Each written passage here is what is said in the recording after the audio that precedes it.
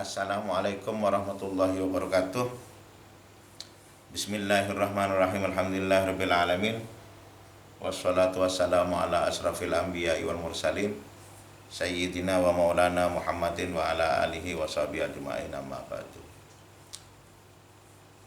Tasawuf tradisional itu sampai kepada tradisi golongan alawiyah. Jadi kebiasaan golongan alawiyah. Kenapa kok dikasih nama alawiyah? Karena pendiri tarekat itu adalah pendiri tarekat alawiyah itu adalah Ahmad bin Isa al-Muhajir ilallah. Jadi Ahmad bin Isa itu alawi. Jadi konon ceritanya bahwasanya Ahmad bin Isa ini adalah Imam Alawi bin Ubaidillah bin Ahmad bin Isa al-Alawi. Terus sampai kepada Ali Zainal Abidin bin Husain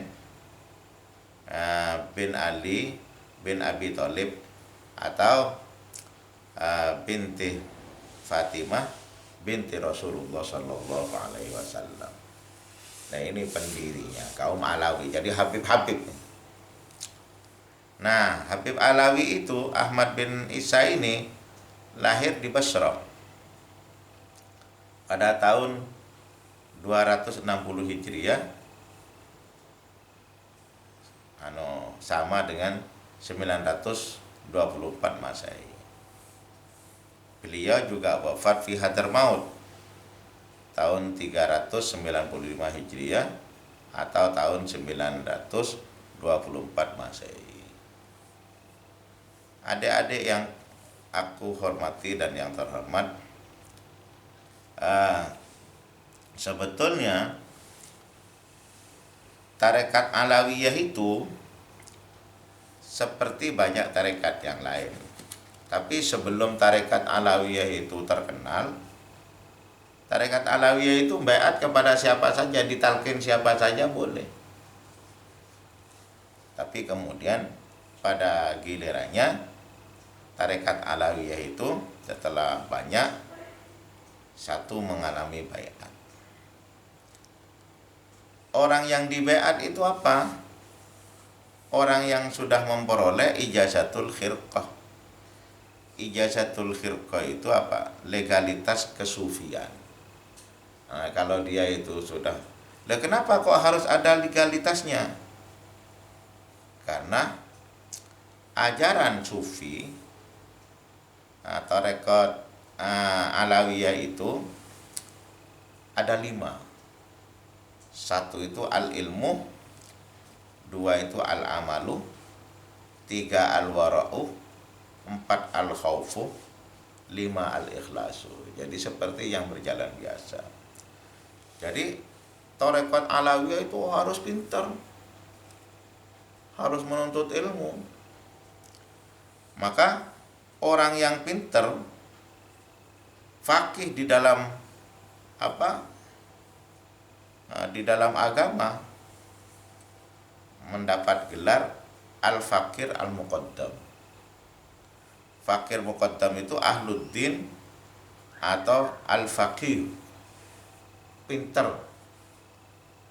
di dalam ilmu agama dan tasawuf tentu. Terus al-amal, nah dia itu mengamalkan, dia akan dikatakan faqih kalau mengamalkan ilmunya itu.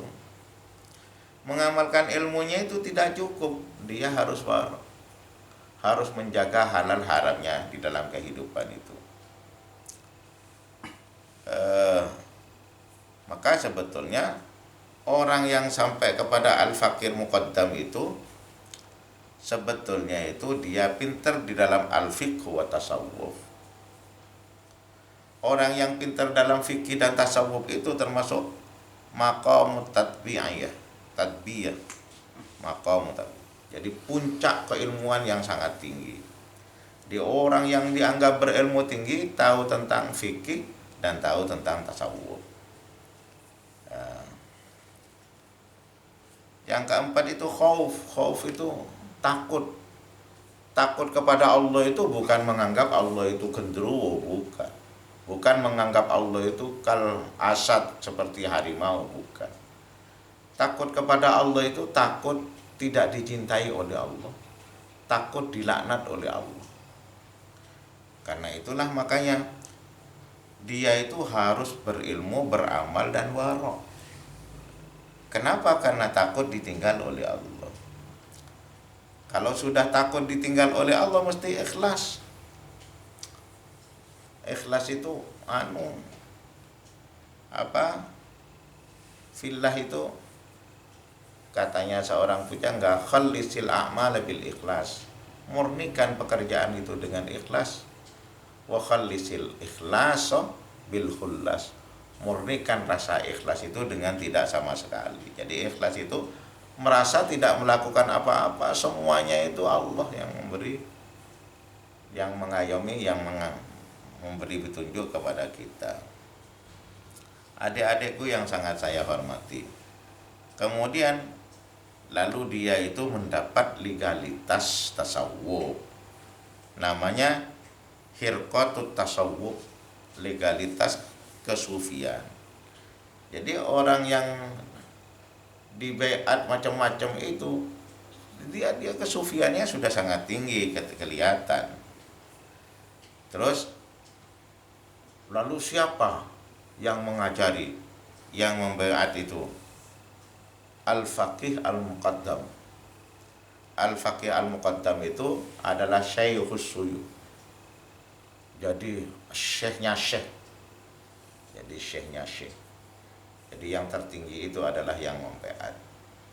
Nah, mudah.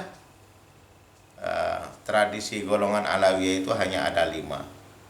Al-ilmu, wal-amal, al-wara', al-khauf, al-ikhlasu. Al-ilmu, al-amal, al-wara', al-khauf, al-ikhlasu. Itu saja yang dapat saya sampaikan. Kemudian jenengan rangkum kembali, kembalikan kepada Google Classroom dan absen.